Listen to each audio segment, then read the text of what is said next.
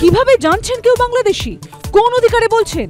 SIR শুরু হতেই সর্বদলীয় বৈঠকে প্রশ্নের মুখে মুখ্য নির্বাচনী আধিকারিক, তীব্র বাদানুবাদ।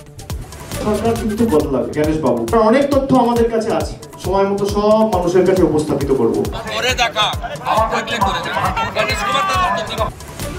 অনুপ্রবেশকারী রোহিঙ্গা মুক্ত ভোটার তালিকার কথা বললে কেন বাদ সীমান্তের রাজ্য? প্রশ্ন অভিষেকের। ডায়মন্ড হারবারে কত রোহিঙ্গা? পাল্টা সুকান্ত।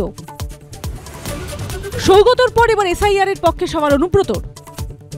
এসআইআর চালু হোক না, অসুবিধা কি আছে? এসআইআর চালু তো ভালো হবে।